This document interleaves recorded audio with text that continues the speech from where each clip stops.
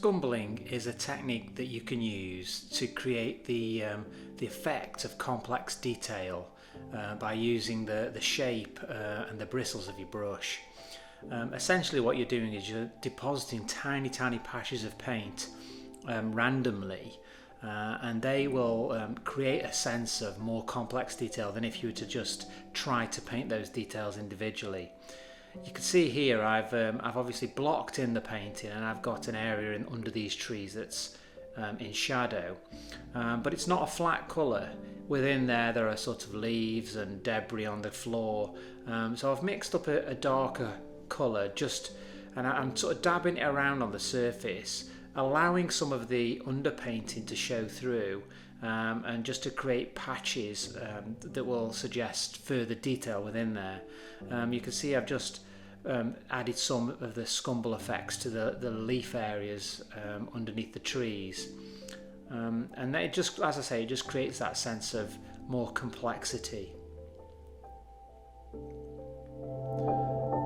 One of the things to remember when you're scumbling is you might want, there may be areas like I'm doing now where you may want to retain the value that you originally painted.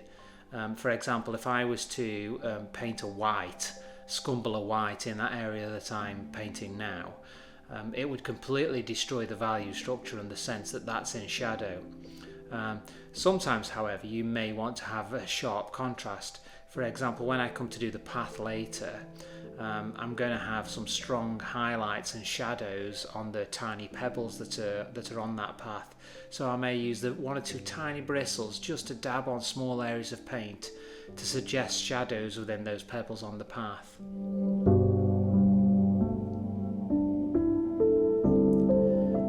I should say that the brush at the moment doesn't have any medium on it at all. It's just pure paint.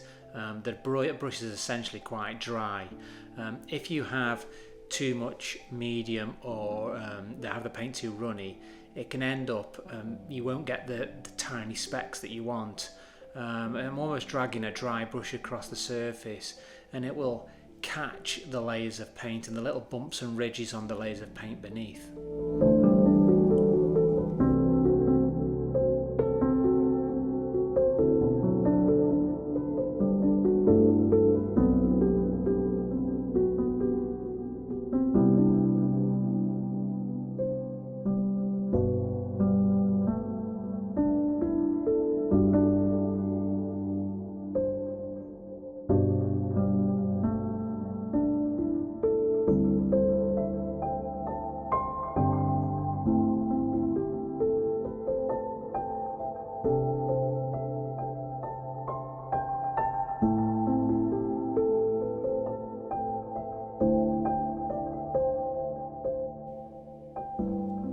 So in this area I'm working on the path, and I've used a lighter colour paint, just as I said earlier, just to suggest one or two little highlights, as though the pebbles are catching the light.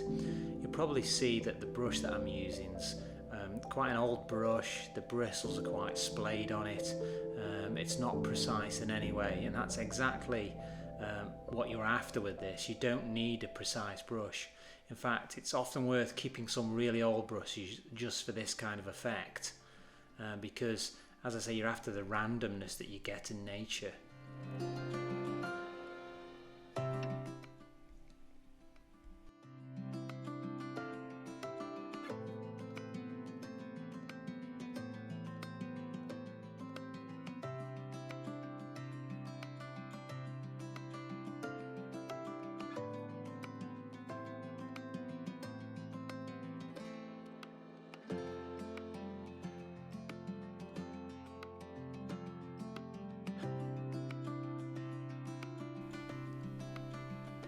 You'll see now that I've switched to an old fan brush, and this is a really old brush. The bristles are quite stiff, and I'm just moving some of that paint around that I put on and working it into the surface.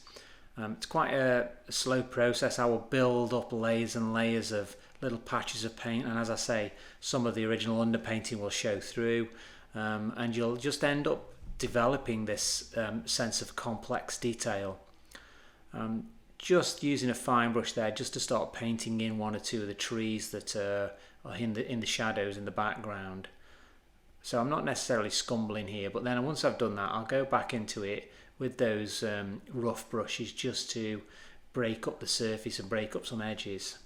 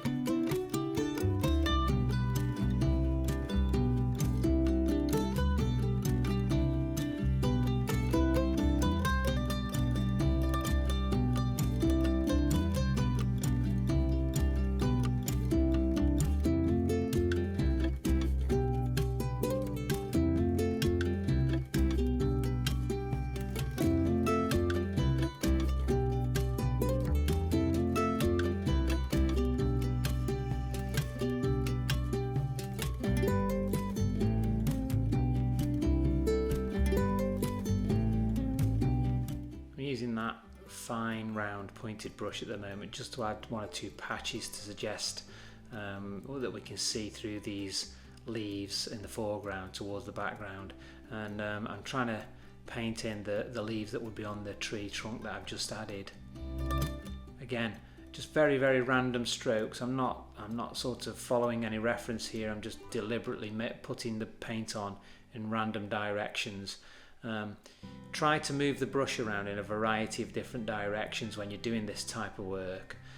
It's not like, as I said before, emulsioning the wall. You're trying to create randomness. Nature's incredibly complex, and to suggest that, you need your brush to move in lots of directions.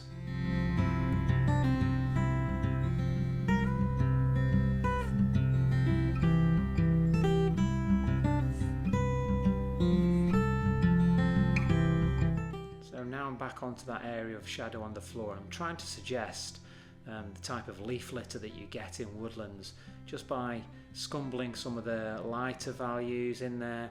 As I say, I don't want to use white. I don't want to be too far away from the colour that I originally blocked in, because I don't want to destroy my value structure. But there will be some areas in there that are slightly lighter. I'll put the paint on. I'll then work some dark values into it. I might blend some of these areas in but leave some of them sharper, just to keep working over it until I've got the effect that I'm after.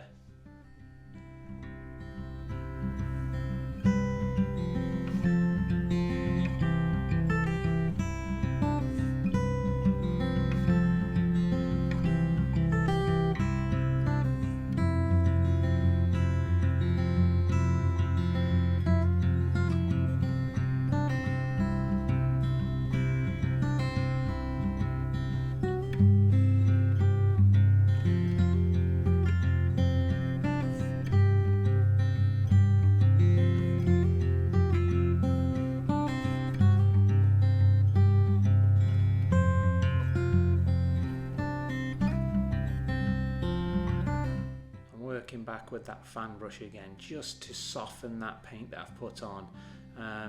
You'll see that some of the background colour is still showing through, and I don't want anything that's really going to stand out and grab your eye or grab the attention. So everything's quite soft and subtle, but that gives a texture to the surface.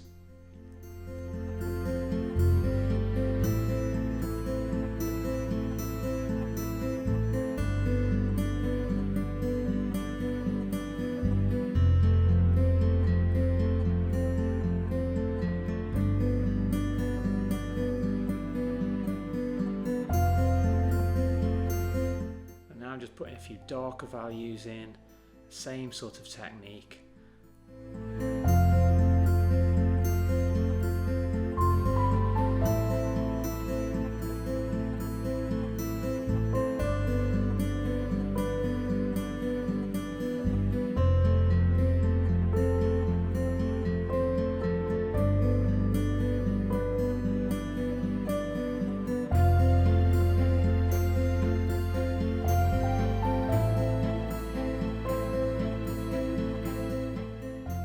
Now this painting's still a long way from completed, and I've got to work over the entire surface with this technique just to build up that texture, and because it's such a complex scene it's going to take quite a while, so that hence the time lapse. Hopefully you'll get the idea of what I'm talking about with the scumbling, and just try it yourself. If you get the block in the previous stage correct, this technique can really add a lot of detail to your painting, or the appearance of detail, without it being overly laborious. You're allowing some of those values to show through. You're not destroying the value structure that you originally established, but you add a layer of detail over the top of that, and it can be a really effective technique.